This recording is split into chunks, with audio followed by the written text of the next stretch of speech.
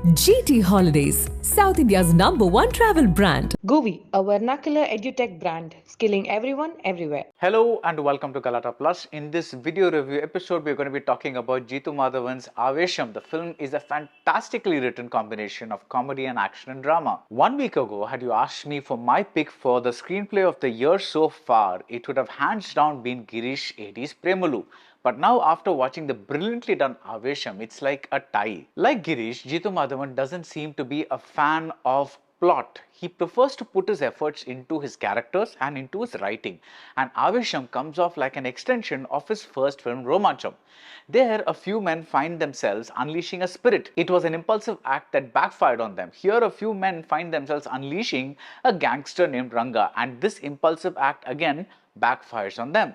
Like the ghost in Romancham, Ranga, played by Fahadh Faasil, is practically an otherworldly character. He wears spotless white, he has some 10 kilos of gold on his body in the form of rings and chains. His black handlebar moustache is complemented by his black aviator glasses. He's multilingual, speaking Kannada and Malayalam and Hindi. He's also one of the greatest characters ever written for the screen. On the surface, there might be this tendency to use the word mass for him because he gets a lot of highlight moments befitting a mass hero that make the theatre explode. But Ranga is more. Watch him do a towel dance after a bath and then watch him in a fight. He doesn't actually fight. Like an action choreographer, he asks his goons to break this guy's arm and that guy's leg. The magic in the writing of this character is twofold. One, it keeps us guessing whether this man is a criminal or a cartoon. The payoff at the end is huge. And two, at a subtextual level, Ranga is a spoof of everything that passes for masculinity in our mainstream movies. Jithu Madhavan takes the good-hearted rowdy trope and runs with it as though he invented it. And Fahadh returns the favor. The character may be all surface, all that white, all that bling, and it's entirely possible to enjoy Aavesham without taking it seriously at all. But if you dig deep, you will find that like all good actors, Fahadh takes his cartoon characters seriously and he plays Ranga like he would play a dramatic role with thought and total commitment and investment. It's a glorious performance, a combination of Jim Carrey's rubbery physicality in The Mask and the self-celebration of masculinity that we saw in Fahadh's own Shammi from Kumbalangi Nights.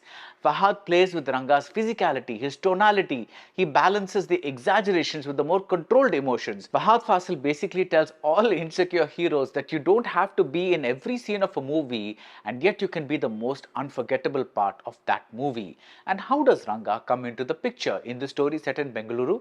Actually, for a long time, he is out of the picture. Aavesham opens in an engineering college where the life-size model of an aeroplane is kept on display. A mother tells her son, the son is named Bibi and played by Mithun Jay Shankar. The mother tells him that one day he should build something similar. In other words, she wants him to soar.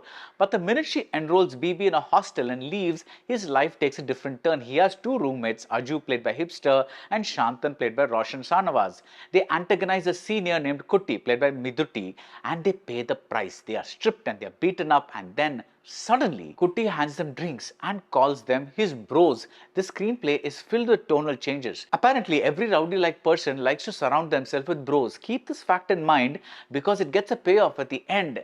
In the midst of people who stick around only for booze and money, these gangsters seek people who will stick around for love, for friendship. But at the moment, Aju is in no mood to be a bro. The three boys are written well and played very well. Shantan is the one who is happy following the path of least resistance.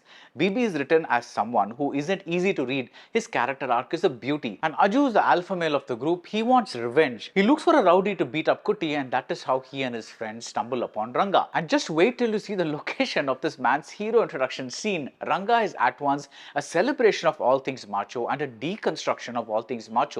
There is a sensational moment where he shows in a stunning top angle shot how every goon in the bar fears him. And yet watch that mass hero staple of the slow motion run that's being spoofed here.